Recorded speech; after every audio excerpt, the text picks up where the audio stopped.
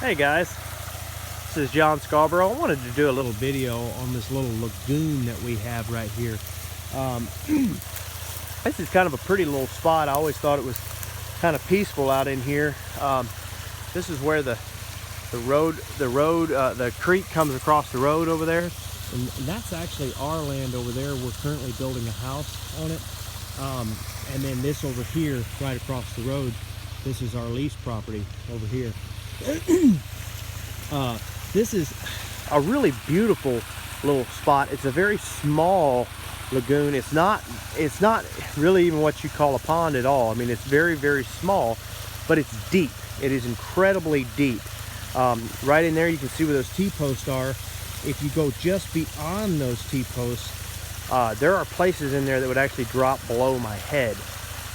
So it gets really, really deep in a lot of these places.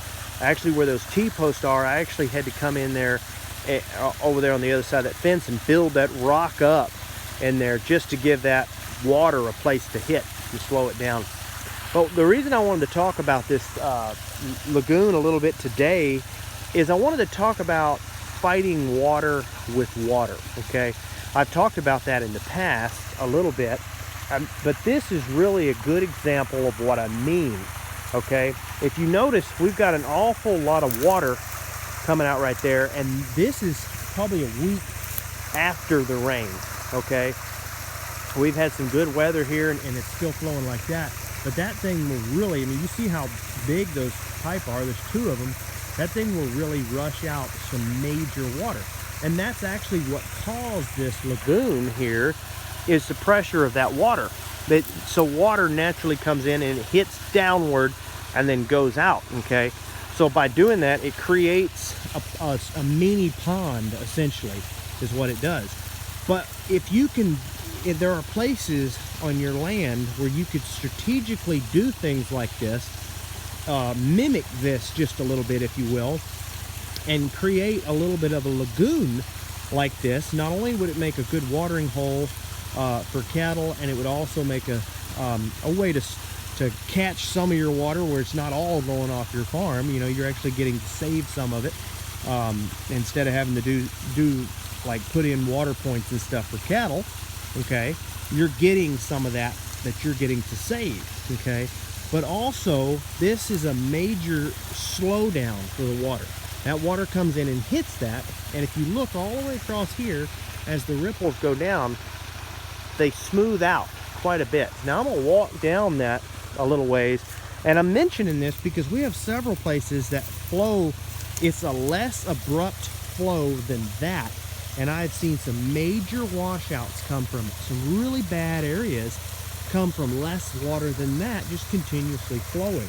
Okay, so just simply by slowing that water down, it slows down, it hits that right there, and then just look over here. Okay, if I can get past these weeds, just look at that. Look how calm that water is right there, and those ripples go on down, and see what you can see where it fades, and it just barely starts to fade out right there, and then I just go right up and I go all the way to where it's coming out, and that's just simply because of the depth of the water. I call that fighting water with water, because the water itself is the only thing that will truly slow water down, because it's like it absorbs the water. Okay, the pressure of the water that's coming through is absorbed when it comes through and goes down and hits that lagoon like that. Lagoon, sorry, I keep saying it wrong. But anyway, so that's something that a person could strategically do on their farm in places like that. If you have trouble with water in some of your places, is by putting a hole in there. Now you got to check your laws, your local laws. This one right here we didn't actually do. Like I said, it formed naturally right here because of so much water that comes through there. Okay, but by putting a hole in there and slowing the water down, by the time it gets out here, it's much slower. Now I've seen people they'll build up tons and tons of rock. I've seen people put all sorts of mounds across there and try to hold the water back or spread it out, and all of it creates ripples. It creates more ripples and basically upsets the water, okay? But this right here cushions the water, and it slows the water down. And look how quickly it slows down to a complete gentle flow. And then if you walk on down here, you can really just see just how gentle and smooth that is, okay? And just, I'm not even 50 feet away down here, probably 25 feet away, and you can see just how gentle that is when it makes that transition down in here, okay? And the reason I'm mentioning this, like I said, I have so many places on this property that are far worse than this, and they have far less water that comes down through them.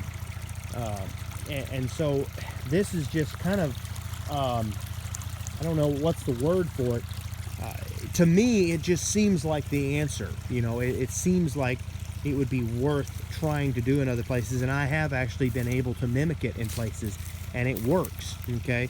So you're taking a lot of water, you're capturing a large amount of it, and it still continues to flow. It flows out. It just dramatically slows the flow down so that it's not pulling all of that topsoil, pulling the soil off the sides there when it rushes down. Instead, it's just a smooth, gentle flow until it comes right down in here and then keeps on going, okay?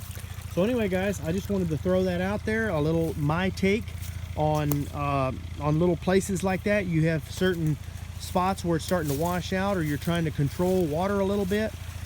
Sometimes throwing a bunch of rock and putting logs and everything else down there isn't really the answer. I'm not saying it's not sometimes, but a lot of times what you're doing is you are actually slowing, or I mean, you're actually causing more ripple effect, and you get that water aggravated, so to speak, okay? Calm it down naturally. Consider doing something like this. Like I said, you need to look at your local laws.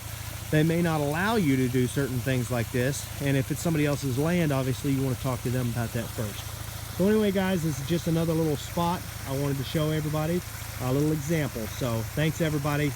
Give me a little thumbs up, and don't forget to subscribe.